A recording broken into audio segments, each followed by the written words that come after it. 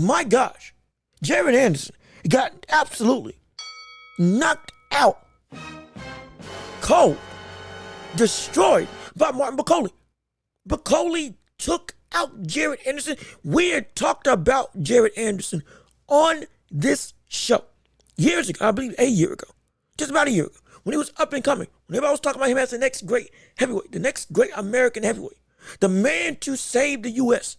after Deontay Wilder. Now, Bakole took that brother out. Because mind you, he wasn't just knocked out.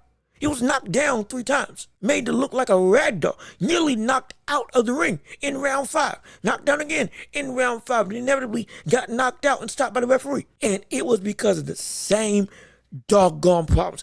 I have been saying this ever since he fought against Martin, former heavyweight champion. He still leans back. He still defensively doesn't do what he needs to do. He's still, when it comes to offensive output that you can put on him, he's not untouchable. You can catch him. You can hurt him.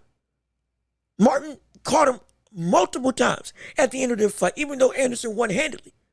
He was still getting his head knocked back, reared back every single time Charles landed. Martin was able to expose a big weakness in Jarad Anderson, and it's been over a year since that fight, and he still hasn't fixed it. Still hasn't fixed leaning straight back. He still hasn't fixed his ability on the defensive end on the inside. And see, ironically enough, that fight was the best fight of the night. It was.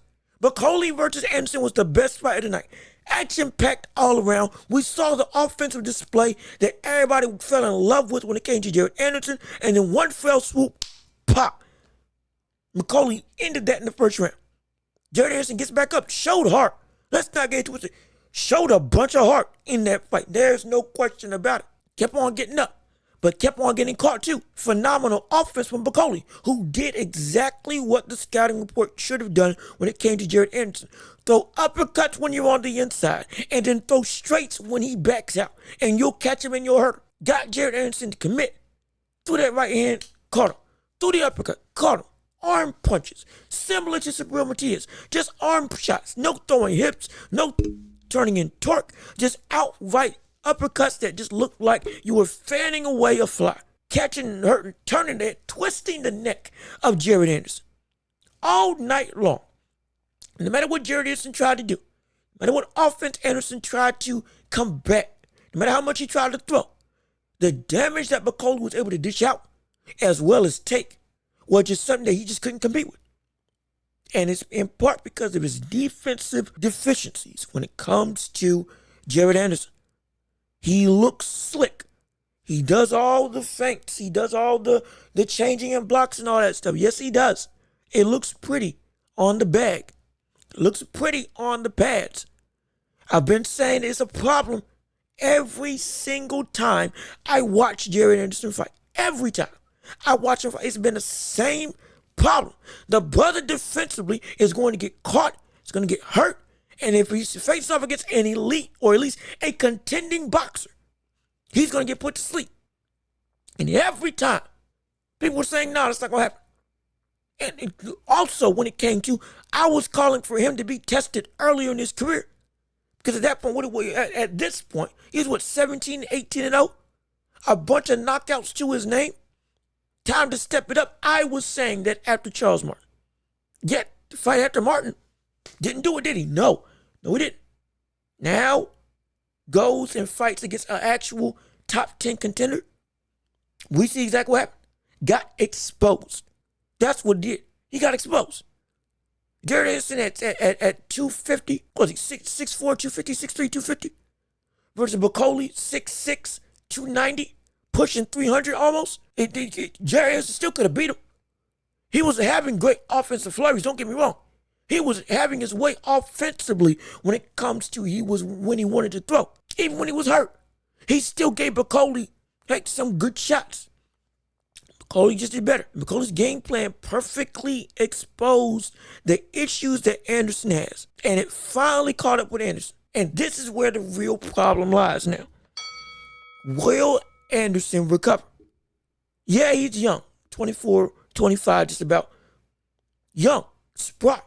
Still got a whole lot of boxing in front of him. But he himself has said he doesn't want to box for a long time. He doesn't want to stay in the sport for a while. He wants to get his money and get out. Well, if you still want to get your money, you got to produce. And do you have the motivation to produce?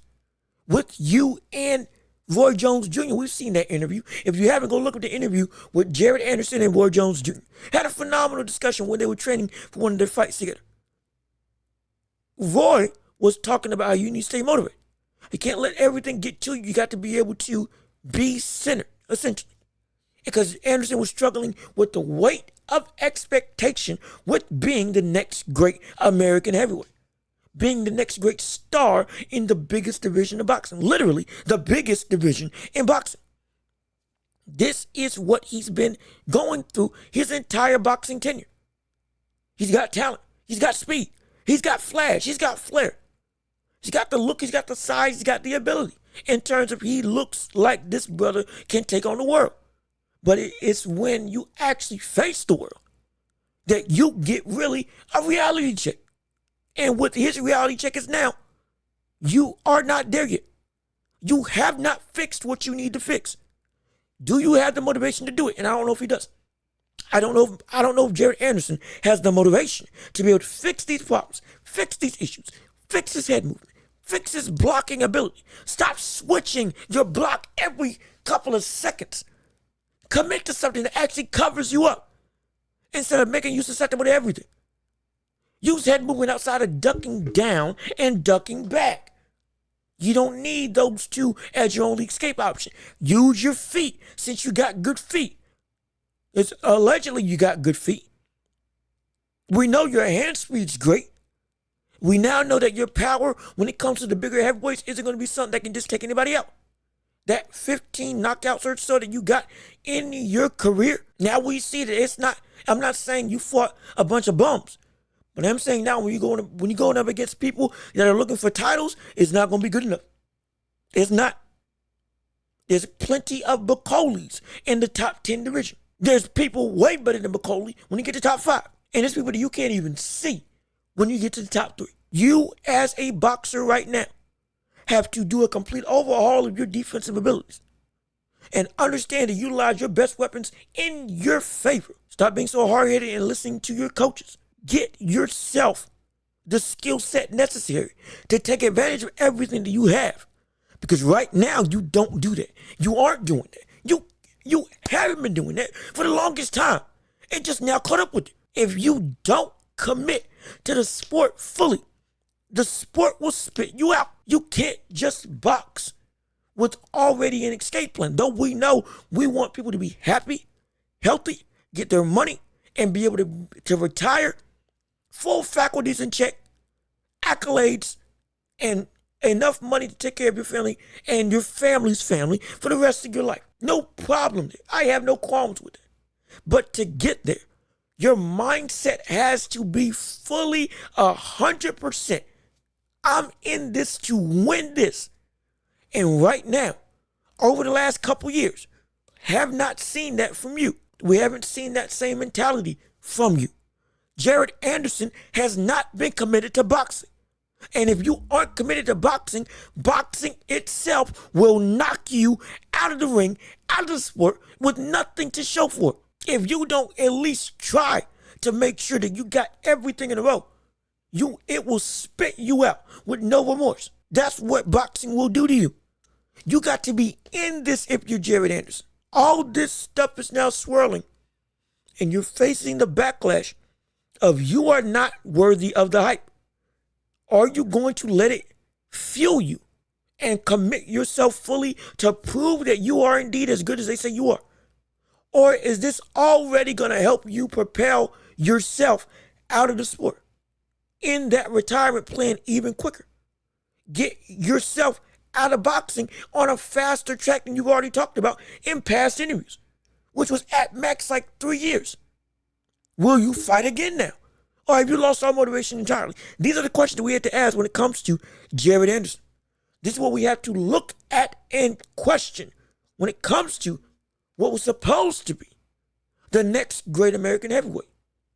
Next great heavyweight, period. Can he still reach those heights? He's got the ability to. He's got the speed. He's got the athleticism. He's got the fluid punch combinations, adaptable offense. He's got heart. You still have the faculties to be able to do some damage in the division. Still make a name for you. Still rise up the ranks and get yourself a title opportunity. But it's up to you at this point whether you will get there or whether you will not. Because if you don't, it's and outside of just getting beat, the kingdom come. If you don't, based on your own lack of work ethic, your own lack of motivation, your own lack of striving to be better, now it's on you. Now you are the problem. More than anything else in this sport, that's what we have to worry about when it comes to Jarad Anderson. What will this loss do for him? Will he be something more and evolve and change and commit himself fully? Or will he now crash and burn and meddle at mediocrity before finally getting himself out of the sport? This is not disrespect to Bakole. Bakole is not mediocre. Bakole is the top 10 heavyweight. Bakole is somebody who, after his first loss, has gone on an absolute tear in the division and is looking for better and bigger title opportunities. Bakole is not a bum by any means. Bakole is good. Anderson can be good, if not great. But now we've seen what his exposed problems are. What I've been saying is his problems are for the past year and a half. What will Anderson do? We'll have to see as time goes on.